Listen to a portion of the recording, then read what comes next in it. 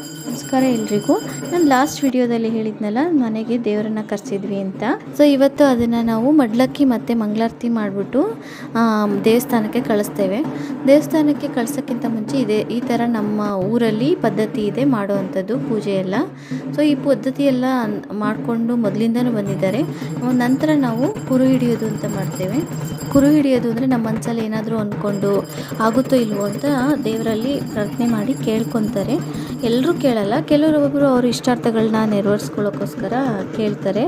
ಕುರು ಹಿಡಿಯೋದು ಅಂತಂದರೆ ಏನಾದರೂ ನಾವು ಎರಡು ಕಡೆ ನಾವು ಬಚ್ಚಿಟ್ಟಿರ್ತಾರೆ, ಒಂದು ಕಡೆ ಆಗುತ್ತೆ ಇಲ್ಲ ಇನ್ನೊಂದು ಕಡೆ ಆಗಲ್ಲ ಅನ್ನೋ ಥರ. ಸೊ ಯಾವ್ದು ಮುಟ್ಟುತ್ತೋ ಅದನ್ನು ನಂಬ್ಕೋತಾರೆ. ಆದ್ದರಿಂದ ಎಷ್ಟೋ ಆಗಿದ್ದಾವೆ.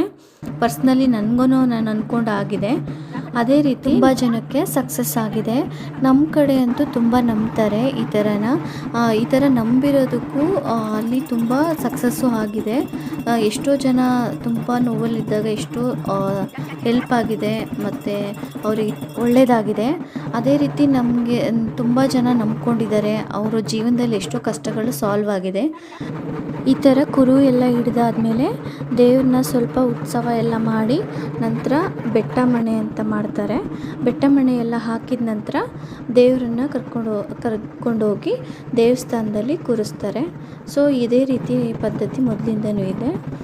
ವಿಡಿಯೋನ ಎಂಡ್ ಮಾಡ್ತಾ ಇದ್ದೀನಿ. ನನ್ನ ಯೂಟ್ಯೂಬ್ ಚಾನಲ್ನ ಇನ್ನೂ ಸಬ್ಸ್ಕ್ರೈಬ್ ಆಗಿಲ್ಲ ಅಂದರೆ ದಯವಿಟ್ಟು ಸಬ್ಸ್ಕ್ರೈಬ್ ಆಗಿ, ಹಾಗೆ ಲೈಕ್ ಮಾಡಿ, ಶೇರ್ ಮಾಡಿ, ಸಪೋರ್ಟ್ ಮಾಡ್ತಾಯಿರಿ.